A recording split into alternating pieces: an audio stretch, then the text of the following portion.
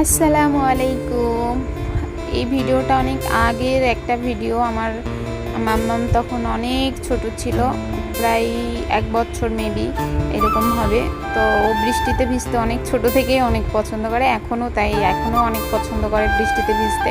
কিন্তু এখন সেরকম দেওয়া হয় না। তো সেই সময় মায়ের বাড়ি থাকতাম, যেহেতু বৃষ্টিতে ভিজতে দিয়েছিলাম, বা ওই রকম কাজ কাম ছিল না মায়ের বাড়ি। এখন নিজের সংসার হয়েছে, তো অনেক কাজ হয়েছে, তো এই কারণে মেয়েকে একটু কম সময় দেওয়া হয়। তারপরেও যতটুকু চেষ্টা করি, যতটুকু সময় পাই ওকে দেওয়ার জন্য।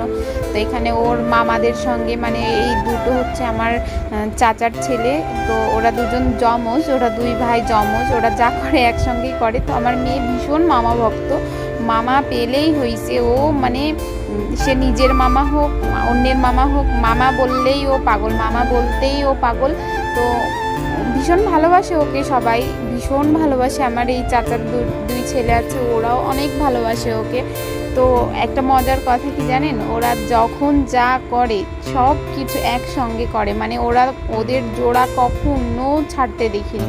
ওরা সব সময় একসঙ্গে থাকে, যেই কাজটাই করুক না কেন ওরা একসঙ্গে থেকেই করে।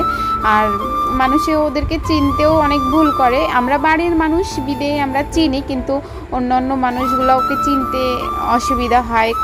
আমার 2 ভাইয়ের নাম হচ্ছে রবিউল, আর একটার নাম হচ্ছে শামিউল। তো ওদের দুজনের নাম অনেকে গুলিয়ে ফেলে। এটা সব ক্ষেত্রে আমি প্রায় জায়গায় দেখেছি, যমজ হলে এই সমস্যাটা রয়ে যায়। তো আমার মেয়ে বৃষ্টিতে ভিজে ভীষণ মজা পাচ্ছে। ও এখানে ওই কাদাতে নামিয়ে দিয়েছে, এই কারণে ও কাদাতে পা দিতে চাইছে না।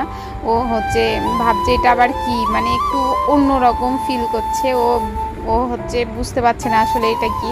তো মা আমাকে অনেক বকাবকি করছিল এখানে, যে তাড়াতাড়ি গোসল করে তুলে ফেলে, ঠান্ডা লেগে যাবে, এই লেগে যাবে, অনেক কথা হচ্ছিলো। তো আমি ভাবছিলাম যে না, থাকো, যেহেতু এনজয় করছে, ও একটু এনজয় করে নেক, তারপরে আমি ওকে গোসল করে আবার হচ্ছে, মানে এই তো ভিজছে, একটা দিনই তো ভিজবে, সে ঠান্ডা লাগুক আর জ্বর আসুক, ওটা কোনো ব্যাপার না আমার কাছে।